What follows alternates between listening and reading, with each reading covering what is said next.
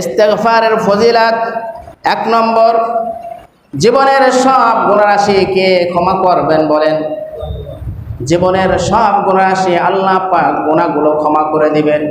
2 নম্বর ফজিলত, আকাশ থেকে রহমতের বৃষ্টি নাজিল করবেন। 3 নম্বর ফজিলত, যদি সে দরিদ্র হয়, যদি গরিব হয়, আল্লাহ তাআলা তাকে সম্পদ দিয়ে সম্পদশালী করে দিবেন। 4 নম্বর ফজিলত, যদি তার সন্তান না থাকে তাহলে কে সন্তান দিবেন? ইস্তেগফার পাঠ করলে আল্লাহ রাব্বুল আলামিন তাকে সন্তান দিয়ে দিবেন। তাফসীরের মধ্যে আসছে, যদি কোনো ব্যক্তির খালি মেয়ে হয়, ছেলে যদি না হয়, তাহলে ইস্তেগফার পাঠ করলে আল্লাহ রাব্বুল আলামিন তাকে ছেলে সন্তান দান করে দিবেন।